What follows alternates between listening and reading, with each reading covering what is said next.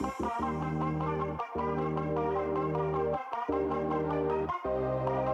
guys, I'm Stephen Green from the Property Investment Academy, and today I'm going to be talking into assets versus liabilities. Now this is something that people get completely wrong, especially in this country. We have this belief, the illusion of making it is buying your own home, paying it off and not owing any debt. That's the way we tend to think in the UK, and it's completely holding back your results. You're holding yourself back by thinking that way. So I'm going to talk into assets and liabilities and which one is actually which, because people get this wrong all the time. So let's have a look at it. An asset, in a nutshell, is something that puts money into your pocket. So an asset puts the money into your pocket. A liability is something that takes money out of your pocket. That's it in a nutshell. So let's have a look at it. Holidays. So something like a holiday, getting finance or something like that, putting a holiday on a card, using your savings for a holiday, that is obviously a liability. It means it's a cost to you. It means it's taking money out of your bank account. Number two, a car. A car is also a liability. A car is something that you've maybe got on finance or something that you pay for cash, but it's taking money out of your bank. Again, that is a liability. Your own personal home. Now this is one where, especially us in the UK, we tend to get this one wrong. So we believe buying your own house is the best investment that you'll make. Let me tell you now that that is fucking bullshit. Buying your own home is a liability. It's taking money out of your bank account. And that doesn't matter. You might be saying, well, what happens if my personal home goes up in value? It might increase in value. That is capital growth. It does not take into account this here, assets versus liabilities. Your own personal home is a liability. It's taking money out of your pocket. And that goes for the same as rental properties as well. So rental properties, again, it's taking money out of your pocket. So the personal home and the rental home, if you've got your personal home on a mortgage, that's where the liability is. With a rental property, the money's coming out of your bank, you're paying a landlord or an association or something of that sort.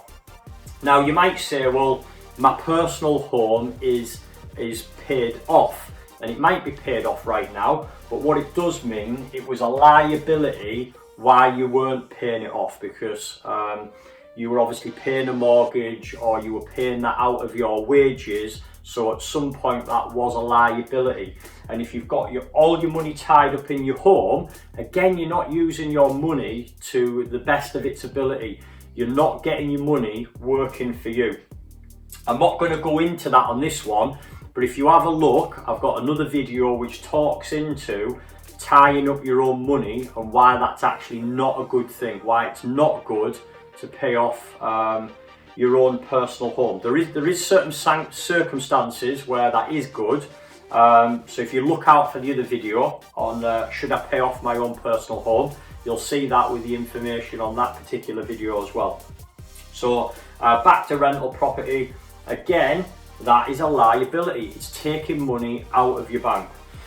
Moving on to taxis, because this is one that people are quite aware that cars are liabilities, but a taxi could actually be an asset. So if, for example, the taxi was costing you £1,000 a month for the finance on that car and your road tax, your fuel and bits like that, but that taxi was bringing in you £2,000 a month, it's now an asset. That taxi is now bringing you in money. So you can turn a car, if it was to be a taxi, you can shift it from being a liability into an asset. So there's a quick overview for assets and liabilities. When you understand assets, you can free yourself from exchanging time for money, which is what most people do. most of us, or in fact all of us, probably after the age of 10-year-old, understand how we can do exchange time for money. And that's even as young as kids getting pocket money. They understand that if they go wash the car, wash the pots, that they can swap their time in order to gain money. But very few people understand how to get money to work for them. And we do that by creating assets. So my assets, which are through property, which I believe is the best way to build assets in the world. Those assets continue to pay me money regardless of where I am. So if I'm on holiday, if I'm out with the kids, I'm at a theme park, those assets are continuing to pay me money. It doesn't matter what I do. So I don't need to rely on having to exchange time for money. I can rely on my assets. So it's smart to build up assets, because once you build those, then you can basically make yourself financially free. And what that means is replacing your income through assets. So that's a lesson on assets and liabilities. If you've got benefit from that, please like and share the video. If you have a look around this link, you'll see there'll be links to our training courses, so you can attend. There's a free one-day training, which we currently do. There's a link to my book also in the description as well.